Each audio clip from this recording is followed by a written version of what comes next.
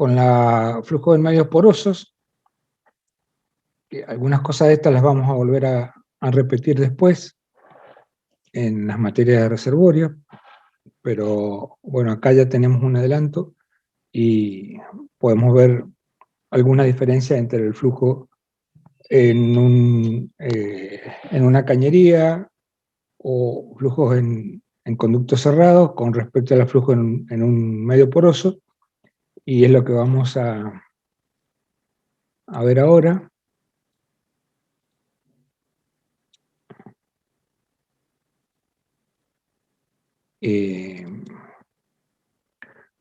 Bueno, algunos, están los libros en la bibliografía, está en la página, pero de todas formas, bueno, uno de los libros que le pueden servir es un libro que se llama de Susana Wigner,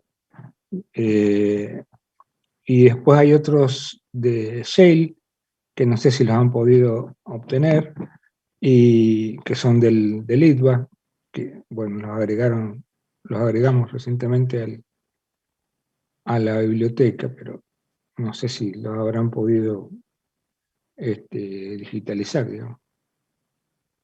Bueno, vamos a ver la porosidad. La porosidad es una medida del espacio disponible, el espacio vacío, para el almacenamiento de los distintos fluidos que pueden haber en un reservorio. En un reservorio, que es el lugar donde nosotros vamos a encontrar los hidrocarburos, a ver un segundo.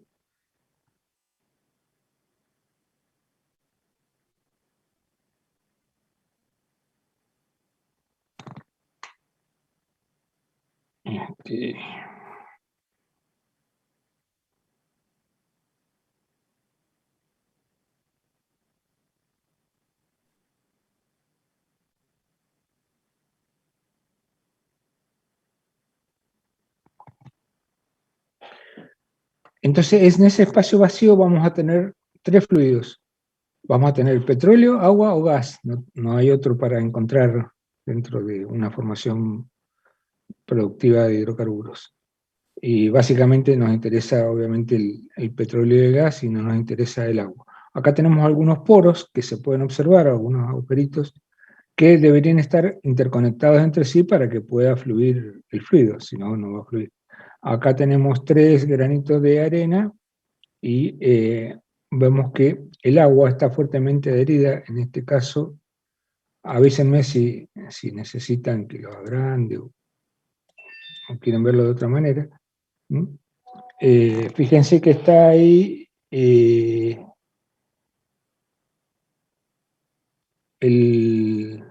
agua.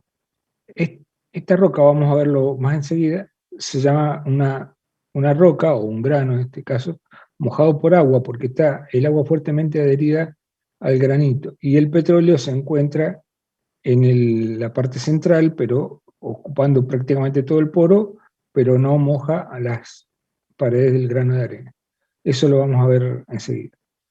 Si tomamos un cubito diferencial y vemos los poros, son los agujeritos que están libres, que no están ocupados por el material, digamos, y la porosidad está definida como el volumen poral, es decir, el volumen de los huecos, sobre el volumen total de este cubo, ¿no es cierto? Y vamos a definir la porosidad efectiva como el volumen poral, pero interconectado, es decir, que está interconectado entre sí. En realidad esto,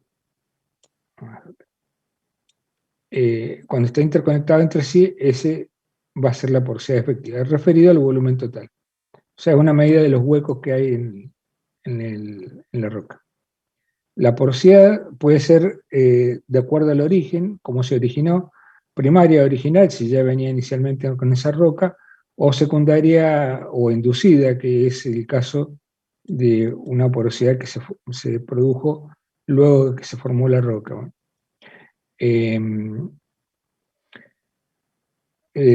hay una porosidad que se llama entre los granos, intergranular, en el caso de la arenisca, y porosidad, por ejemplo, otro ejemplo de primaria, sería oolítica en algunas calizas. Las oolitas son o eran bichitos que se disolvieron y dejaron un espacio vacío, digamos. Para tener una idea, tenemos acá alguna dimensión en micrones de la idea de los comportamientos de los sistemas shell como vaca muerta, que estos son fotografías microscópicas, que los orificios son mucho más pequeños, todo el resto es el material o el resto de la roca, y los poros son tan pequeños como un cabello o menos todavía. Entonces, ahí tenemos idea de que realmente los poros pueden llegar a ser muy pequeños. La porosidad está clasificada en distintos tipos, como esta es una clasificación vieja, que más bien es geológica, pero también la vemos nosotros, no dependiendo del origen o de cómo se formó esa o cómo está esa textura, esa es la fábrica de la roca. Entonces, no dependiendo de eso,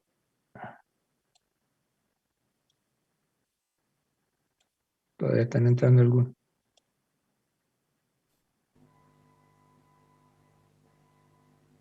Sería una intergranular, o sea, la porosidad entre los granos, dentro de los granos mismos, entre los cristales de un determinado mineral y en los moldes que van dejando a algunos, como por ejemplo pequeños animales que se han disuelto.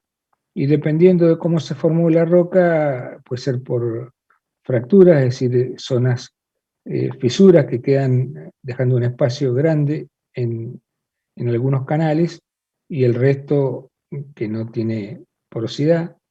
Acá tenemos también canales que se queda un poco más grande, vacuolas, o sea, lugares que han quedado vacíos y ahí se han llenado de fluido o pequeñas cavernas de distinto origen. Esa sería una clasificación muy genérica, digamos. Y en cuanto eso sería en cuanto a la roca, y en cuanto a los fluidos, hablando en muy genéricamente, esto lo vamos a...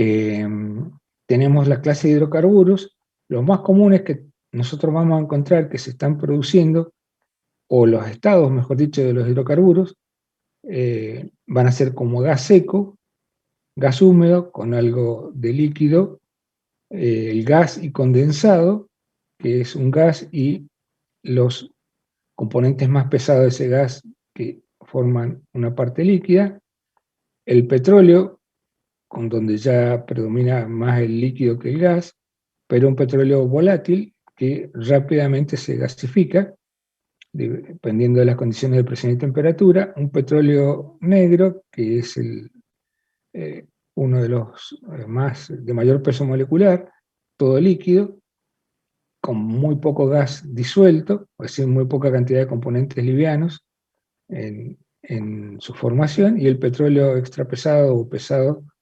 que tienen distintas características. Una de las características es el gas-oil relationship, o sea, el GOR, que se mide en unidades inglesas en standard cubic feet por stock tank barrel. Esto ya lo vamos a ver bien en reservorios, pero es un volumen de gas sobre un volumen de líquido. O sea, es la relación gas-petróleo. También se conoce como RGP o relación gas-petróleo.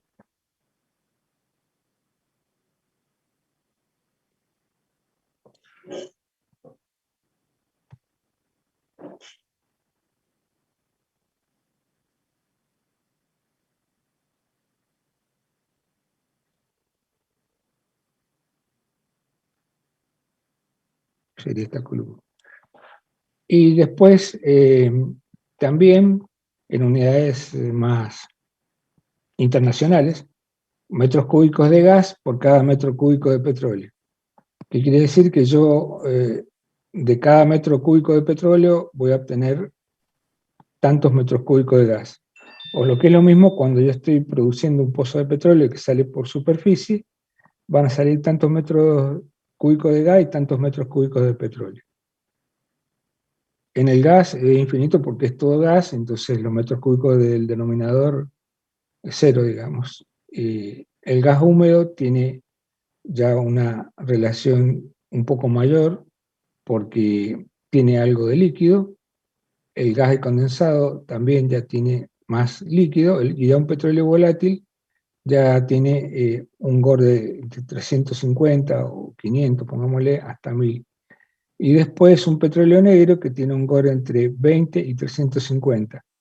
Y el petróleo pesado que prácticamente no tiene gas, es decir, no tiene componentes livianos, que son los que pueden estar en fase gaseosa, ¿no es cierto?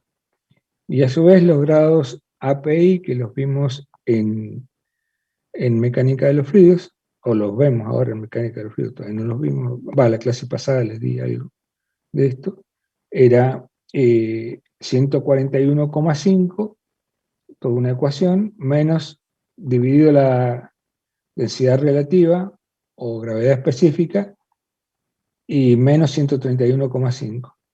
Esa era la ecuación de los grados API, que era, bueno, y la gravedad específica igual a densidad relativa igual a peso específico relativo, ¿no es cierto? Nada más que en petróleo se llama specific gravity o gravedad, relativa, ¿no es cierto? Al agua, ¿no?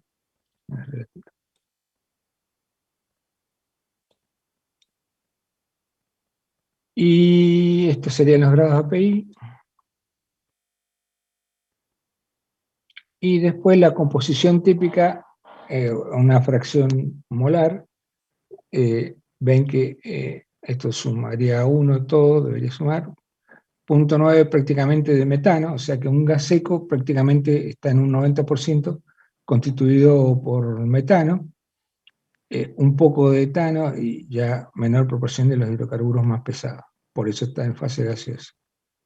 El gas húmedo ya tiene un poco más de componentes más pesados y el gas y condensado, fíjense, ya tiene menos componentes livianos y más componentes más pesados, por eso está en fase líquida, y el petróleo negro ya tiene poco metano y etano y ya empieza a aparecer 6 hidrocarburos C6 hexanos y superiores. Y ya el petróleo pesado ya tiene una proporción mayor de una cadena de hidrocarburos más grande, ¿no es cierto? Cierren los micrófonos. Acá tenemos esto, vamos ahora, terminamos de construirlo, tenemos una celda que se llama PVT, que es presión, volumen, temperatura, que es una celda que se encuentra en los laboratorios y nos permite determinar cuáles son dos puntos, entre otras cosas, muy importantes, que son el punto de burbuja y el punto de rocío. Esto es para un componente puro y es similar a lo que podría llegar a ocurrir con el agua, ¿no es cierto? Pero por ahora nosotros tenemos hidrocarburo, fíjense, a una determinada presión acá en el manómetro, a esta presión, y vamos dándole volumen, es decir, vamos aflojando esta manija y vamos a ver que ese líquido se expande monofásicamente primero.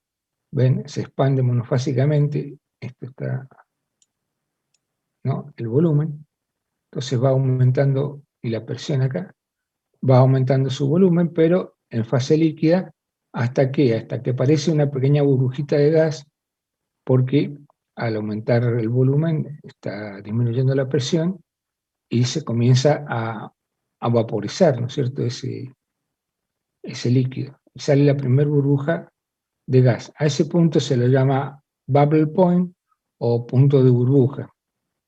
O la tensión de vapor o la presión de vapor de un fluido, que es la presión a la cual ese líquido comienza a producirse la primera burbujita de gas de ese líquido. Si sigo expandiendo el volumen, acá acuérdense que es a presión constante y comienza a distintas fracciones o distintas cantidades de gas crecientes, crecientes, crecientes, crecientes, hasta un punto en el cual yo tengo que, acá bueno, venía creciendo, si yo fuera al revés, de derecha a izquierda, en el punto de rocío sería el punto en el cual aparece una pequeña gotita de líquido. ¿Mm? Ese sería el punto de rocío.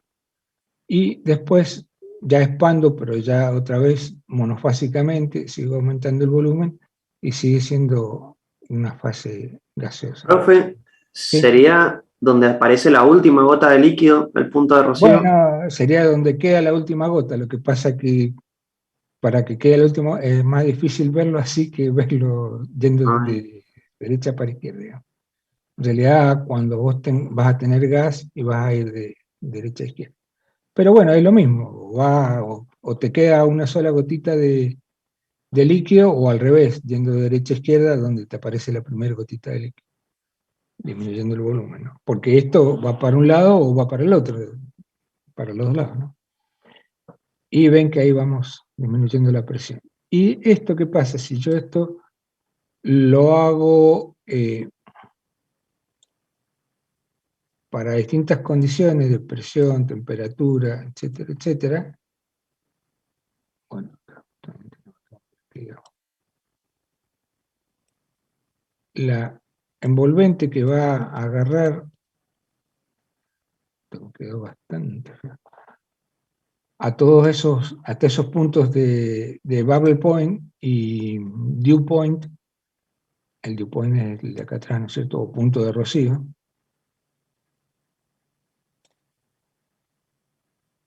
Esa envolvente es lo que se llama diagrama de fase, ¿no es cierto?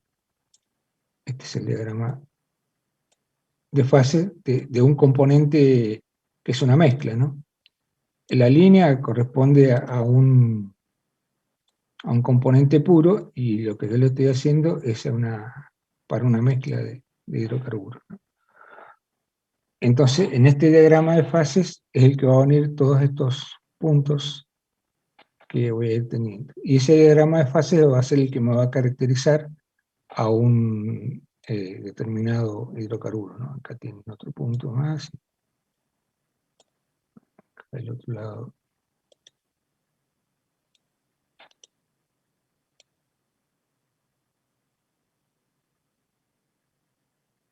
otro punto. Y después vamos a tener un punto que va a ser el punto crítico, que va a separar las dos fases, digamos, que puede encontrarse ahí o más atrás o más adelante, dependiendo las características de esa mezcla de líquidos.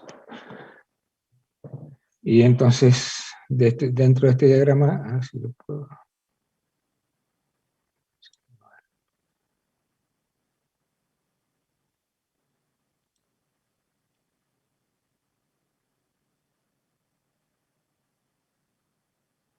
Bueno, lo podría rellenar, pero va a quedar, vamos a ver, no. Bueno, entonces, bueno, estas serían las transformaciones que van ocurriendo. Este es el diagrama de fases que hablamos recién, ¿no? Acá tienen un punto crítico, acá está empezando, o tenemos en un primer momento el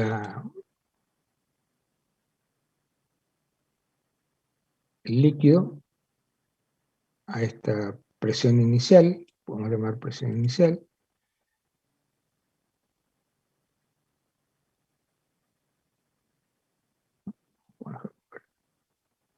Esta es la presión inicial, P sub I.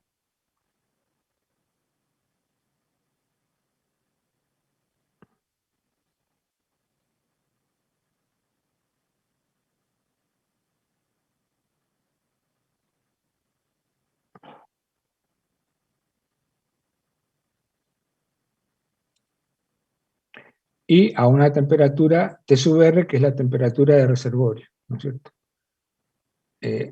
Voy a suponer en este primer momento que vamos a tener una evolución isotérmica. Entonces voy disminuyendo la presión. Acuérdense que esta es presión-temperatura, ¿no? Voy bajando la presión, y llego al bubble point o punto de burbuja, o tensión de vapor o presión de vapor, y ahí comienza a producirse la primera burbuja de gas.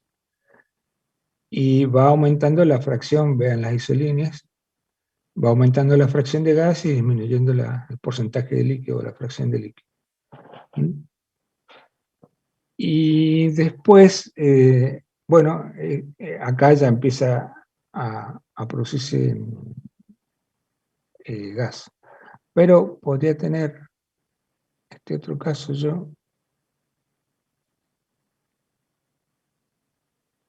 supongo, para una presión inicial cualquiera, acá lo es igual, pero me interesa.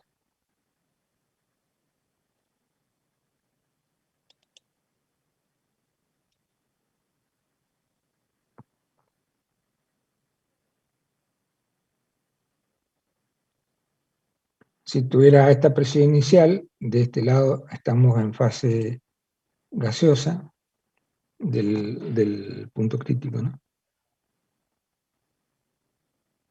Entonces,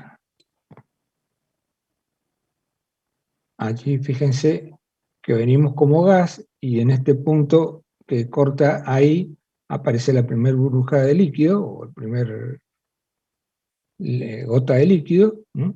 Y este sería el dew point, ¿no? Que es un gas cuando evoluciona, en este caso disminuyendo la presión, y se forma una gotita de líquido ahí, en este punto. Bueno, después vamos a volver sobre este diagrama. Otro diagrama que es importante que conozcan es el diagrama del factor Z de compresibilidad. Acuérdense que P por B igual a N por R por T, donde R en ese caso sería la constante universal, o P por B igual a RT, que sería la constante particular, o P sobre la densidad es igual a R particular por T. Todos serían la misma expresión de la ecuación general de estado, digamos.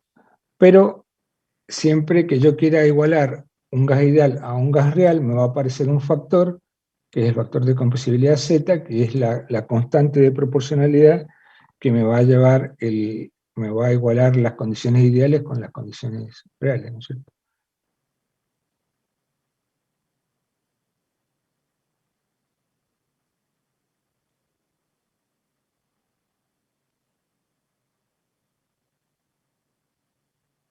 Este Z habíamos visto algunos ejercicios en la primera clase, voy a poner acá. En la práctica, cómo se calculaba para un componente único, había que conocer la presión crítica y la temperatura crítica de ese componente, y después la presión reducida y la temperatura reducida, que era la presión a la que estaba el sistema sobre esa presión crítica, y la temperatura del sistema sobre la temperatura crítica. Eso para un componente puro, pero para una mezcla de gases era la presión que vamos a encontrar es la presión pseudocrítica y la temperatura pseudocrítica. Vamos a obtener, dividiendo la presión del sistema sobre la presión pseudocrítica y la temperatura sobre la temperatura pseudocrítica, vamos a tomar vamos a conseguir la presión pseudo reducida y la temperatura pseudo reducida. La presión pseudo reducida está acá en el diagrama, en las abscisas, y cada isolínea es a una temperatura pseudo reducida. Fíjense que Z parte de 1 para el gas ideal, es decir, para bajas presiones. Nosotros dijimos que los gases se comportaban como ideales a bajas presiones. Por eso Z vale 1 a bajas presiones, o muy cercano a 1. Pero a medida que yo voy aumentando la presión, acá hacia la derecha, a medida que voy aumentando la presión, el Z toma valores negativos, menores que 1, perdón. Entonces, P por B ya pasa a ser igual a Z por N por R por T. Le aparece el factor Z para lograr esa igualdad. Pero vean cómo va disminuyendo a medida que aumenta la presión pseudo reducida o la presión directamente. Y a medida que también la temperatura pseudo reducida va aumentando, se acerca más a 1, o a medida que va disminuyendo la temperatura pseudo reducida, se va alejando, perdón, se va alejando del, sí, bien digo, de 1, o del valor ideal. Y fíjense que acá Z puede ser mayor que 1, porque nosotros estamos acostumbrados a que el Z es 0,9, 0,88, 0,95, para igualar el gas irreal con el gas ideal. Pero hay con altas presiones, que serían acá en las abscisas, ¿no es cierto? Altas presiones. Para altas presiones, el valor de Z es mayor que 1. Este es el caso de algunos yacimientos, por ejemplo, en el norte del país, de hidrocarburos, como por ejemplo la formación Huamampampa, en el yacimiento Aguarahue y en el yacimiento Ramos, por ejemplo, también, que están a 200 kilos, 250 kilos por centímetro cuadrado de presión, o sea que están bien acá en la zona de la derecha. Entonces el factor Z para los gases en esas condiciones es mayor que 1. Eso para que vean que existen valores mayores que 1 en Z. No siempre son menores. Depende de la presión. Bueno, los poros de la porosidad que vimos recién, esos poros, fíjense que hay poros que están interconectados entre sí y tienen un camino, un path por el que puede evolucionar el fluido, y hay otros poros como este que no están conectados entre sí. Entonces, este me va a dar la porosidad, una porosidad no efectiva, y este otro path, una porosidad efectiva, ¿no es cierto? Porque hay un camino por el cual puede fluir los fluidos, tanto el gas como el líquido, ¿no es cierto? Y vamos a definir entonces, fíjense que esto, ven que no es un camino, no es una calle lisa, sino que fíjense cómo esto va dando vuelta, como si estuvieran haciendo uno de estos,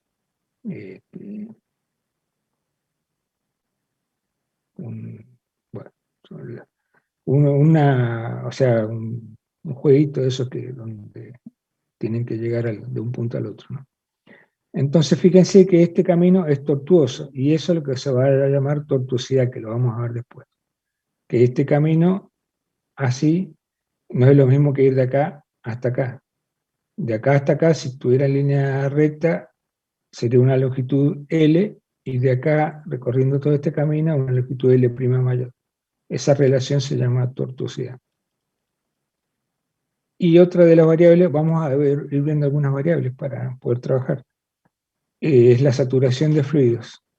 La saturación de fluidos es la fracción entre 0 y 1, estamos viendo, con la cual participa cada fluido en el total. Entonces tenemos un volumen total de poros que van a estar llenos con agua, petróleo y gas.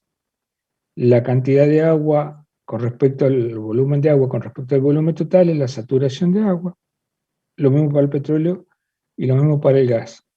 Por lo tanto, la saturación de agua más la saturación de petróleo más la saturación de gas debe dar 1. Profe, ese volumen total es el volumen total de poros, ¿no? De la roca, ¿cierto?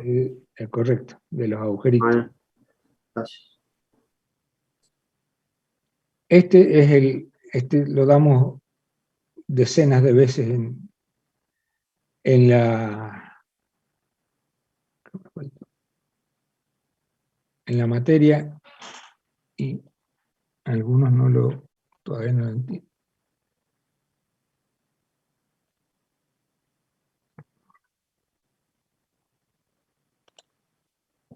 Este es un recipiente en el cual se encuentra agua abajo y petróleo o un aceite arriba, que es menos denso que el agua.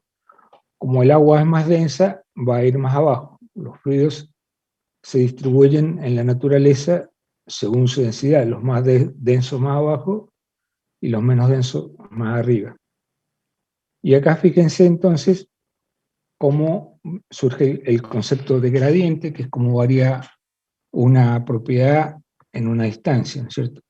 Fíjense acá en el petróleo, la parte de arriba verde, yo tengo una determinada presión que va a ser la presión atmosférica, que la tenemos en cuenta acá para los ejercicios, pero en realidad no se tiene en cuenta porque siempre es la misma. Y esa presión va a ser la presión atmosférica, que es la que tengo acá arriba sobre esta interfaz. Y después, a medida que yo voy bajando, la presión P, acá lo voy a poner, acá está en algún lado, bueno, lo voy a poner acá arriba. La presión P es igual a gamma por H, que es la altura, gamma es el peso específico,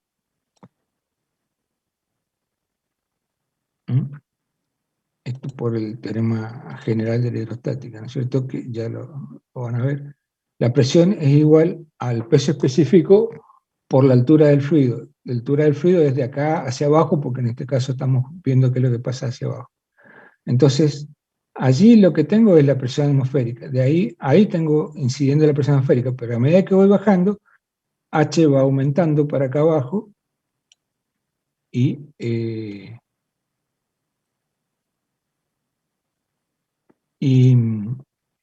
al tener H para el mismo gamma, porque sigue siendo petróleo, pero H aumenta, entonces la presión va aumentando, entonces me va a dar la línea roja. Peso específico va a ser constante, pero H va aumentando a medida que voy aumentando la profundidad. Entonces me da la línea roja, que yo la puedo prolongar acá, una vez que ya cortó y está en el agua, no importa. Yo tengo esa línea que yo le llamo el gradiente del petróleo. Es decir, cómo varía la presión, el gradiente de presión del petróleo, cómo varía la presión del petróleo versus la profundidad. Presión atmosférica, que no la tengo en cuenta en general, pero a medida que aumenta la profundidad, ven que me da una línea. Pero después, cuando yo llego a la interfase con el agua, fíjense que yo hago lo mismo. Bueno, esta debería llegar ahí a una presión cualquiera, no importa, pero a partir de este punto, yo tengo esa presión, que es la presión que tengo de verde a verde, hasta acá esta línea punteada. Y de ahí en más, yo tengo que hacer P igual a gamma por H, igual que recién. Pero resulta que gamma es mayor, o la densidad relativa es mayor, que es similar, digamos. La densidad aumenta del agua, o el peso específico, como quieran ponerlo, aumenta, y entonces al aumentar, fíjense que la presión de esta, a medida que aumenta H, cuando tenemos agua, como gamma es mayor, aumenta más, entonces tiene esta otra, ¿ven? Tiene esta otra recta de mayor pendiente. Entonces, cuando tengamos un fluido de menor densidad, o peso específico, o gravedad relativa, cuando tengamos esta, fíjense que va a ser menor el gradiente porque tiene menor densidad el petróleo. Y el agua va a tener un gradiente mayor. Y las dos se van a cortar en la interfase, donde se cortan estas dos gradientes de presiones del agua con la del petróleo, me da la interfase. Después vamos a definir presión capilar como la presión en la fase no mojante, algo vimos recién que era mojante y no mojante, menos la presión de la fase mojante, que era el agua que rodeaba, como vimos en la primera transparencia, fuertemente a los granitos de arena. Eso es para definir presión capilar, pero por ahora no estamos. El peso específico relativo, porque están entrando los que van a... Pues...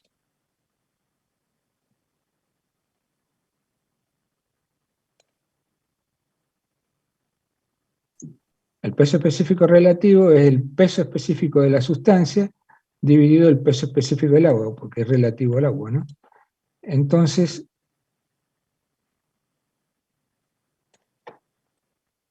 el peso específico de la sustancia es la densidad por la gravedad, ¿no? Todavía no lo vimos, pero es ρ por G.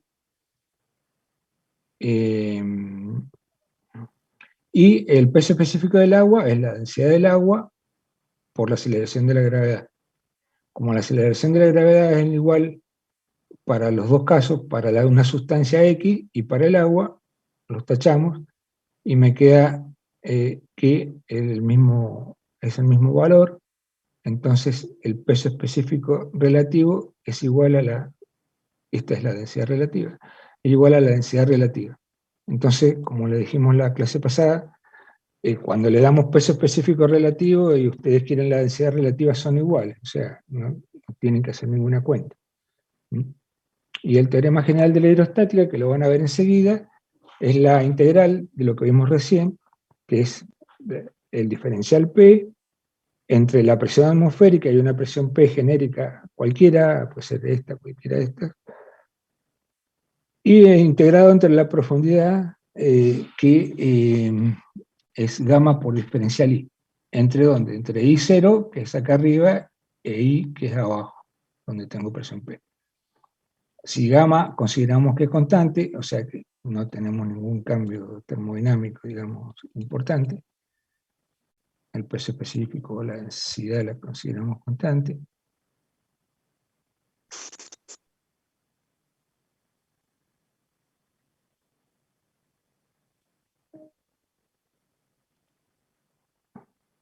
Bueno, no voy a poder subir.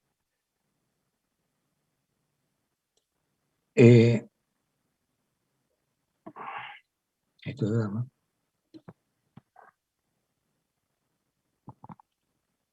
Siempre que gamma, el peso específico, no varíe con la presión,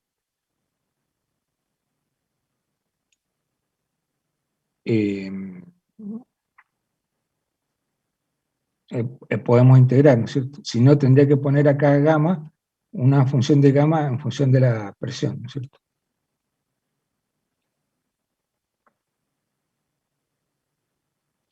Bueno, esta integral P menos P sub 0 es igual a gamma, que lo sacamos con constante, por I.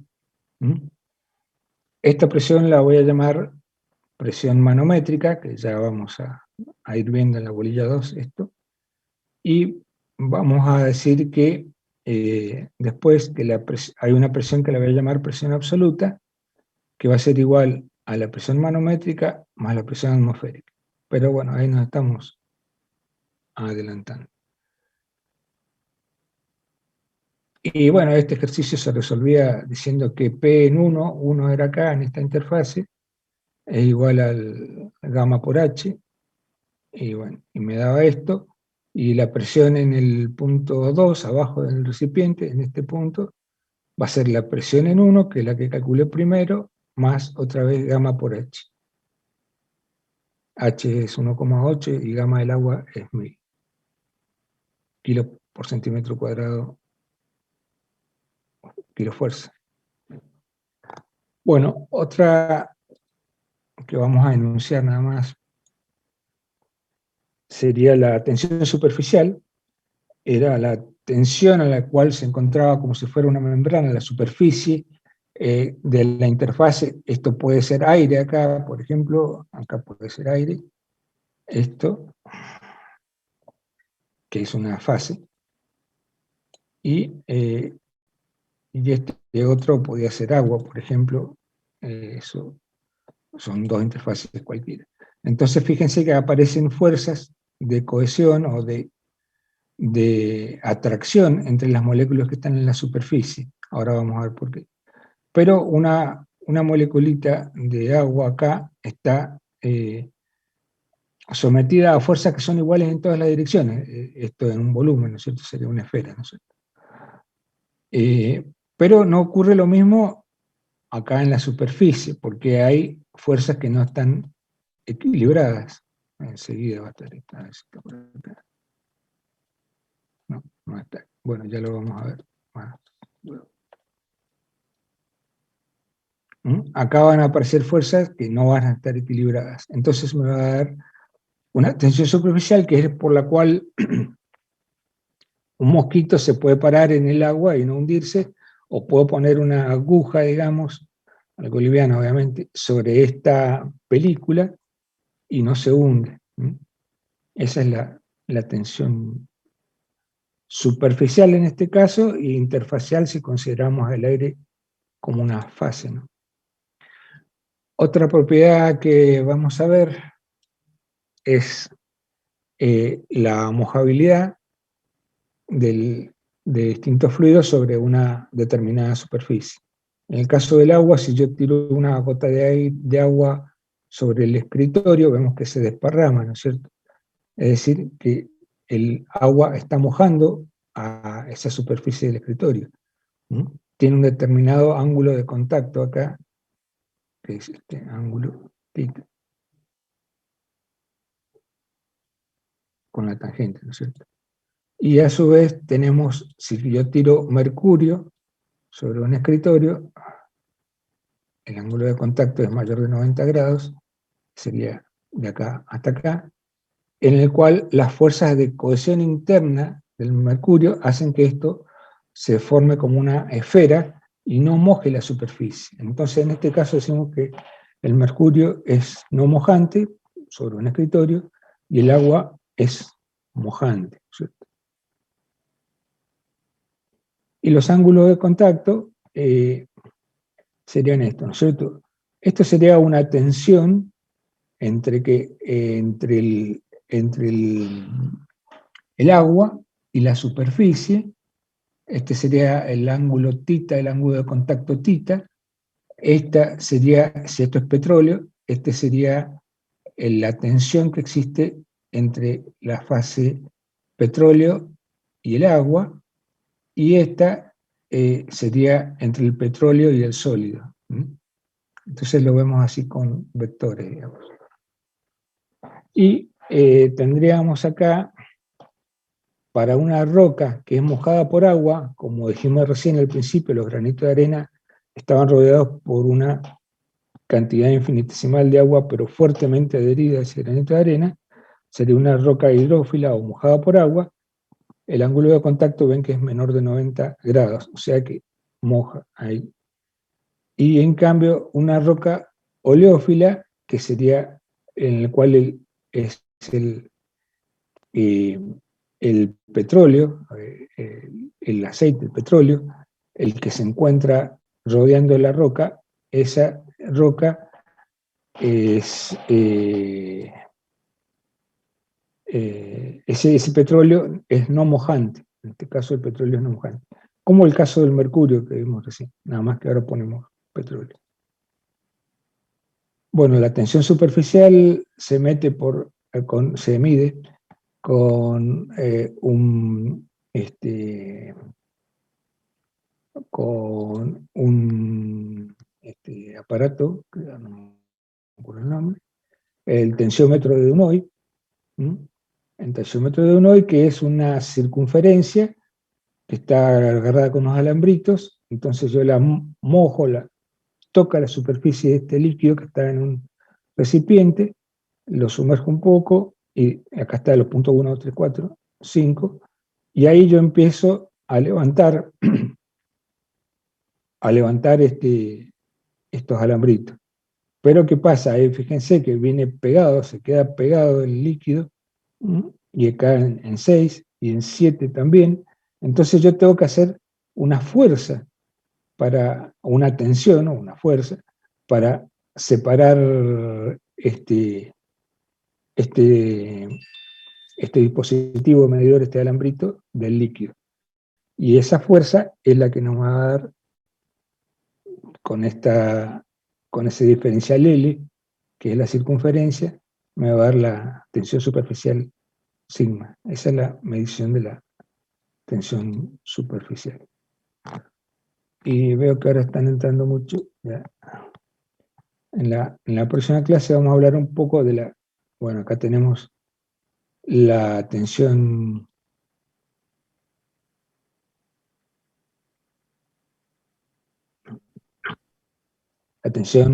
interfacial entre el petróleo y el agua, que es la densidad por G por H. Esto surge de analizar este diagrama, que luego lo vamos a ver más completo, digamos, ¿no? A analizar poner dos puntos, uno por arriba en la fase petróleo y otro en la fase gas, líquida, agua, petróleo y agua, y después vamos a ver las presiones de uno y de otro, de un lado y del otro, con H1 hasta donde están cada uno de estos, y H, que es la medida general del agua, digamos. Y esto va a ejercer una presión hasta acá de petróleo, y por acá también otra de petróleo, y el agua también de acá, o de este punto hasta acá. Entonces en el equilibrio vamos a igualar P sub W y P sub O, y vamos a tener las fuerzas ascensionales, que serían las fuerzas debidas a la tensión superficial, que es la tensión por el coseno del ángulo θ, que era el θ que habíamos visto más temprano, bueno, en la anterior transparencia. Sigma coseno de θ, que es la fuerza ascensional. ¿Por qué? Por la circunferencia, que es pi por diámetro o pi por r. Y las fuerzas debidas a la gravedad, que es el peso, que es el volumen, pi por radio al cuadrado, por h, y es el volumen por la diferencia de densidad entre el agua, o un peso específico entre el agua y el petróleo. Por eso está multiplicado por G. Ese sería el peso, que es gamma por H, dijimos en realidad. Pero el peso de este volumen, ¿no es cierto? Y igualando la fuerza hacia arriba y la fuerza hacia abajo, igualamos los dos anteriores, simplificamos, queda sigma igual a R coseno de ti, R, y ahí podemos encontrar la tensión superficial, sigma. Y bueno, y podemos encontrar acá la presión en el punto O de petróleo, que estaría un poco más acá abajo en realidad, en la interfaz. Va a ser la presión atmosférica más todo gamma por H de todo lo que tenemos acá arriba, de acá hasta H1. Este puntito no lo puedo editar. Va más abajo, en la interfaz. ¿Sí? Sí. Para todo. De acá en más te sirve para todo. Para conocer la tensión superficial o interfacial, sigma, entre dos fases, que esa es la que te va a regular esa fuerza de atracción, te van a regular cuando un líquido moja una superficie, no la moja, y cuál es la tensión o qué fuerza está adherida un líquido o un fluido a una roca o a otro fluido. Entonces, en función de eso vamos a ver cómo se va a separar y cómo se va a producir eso. ¿Mm? Entonces es el tema de las tensiones superficiales, cuando considero una sola superficie, o interfaciales, es muy importante. Bueno, la presión en el punto W, que sería PW acá, tenemos H de altura, y sería igual a la presión atmosférica más gamma por H, pero H es H más H1, porque acá tenemos H1 más H, si voy por esta rama, menos la parte que está acá adentro, que sería gamma por H del agua. Esto ya lo vamos a ver enseguida, depende de los signos, la dirección para la que estemos considerando la fuerza. Pero ahora vamos a cortar porque ahora tenemos que hacer la clase en conjunto con José para que vean la práctica del tema 1. Así que ustedes sigan acá en contacto y, y ahora pasamos a la práctica y seguimos el viernes que viene a las 16 horas.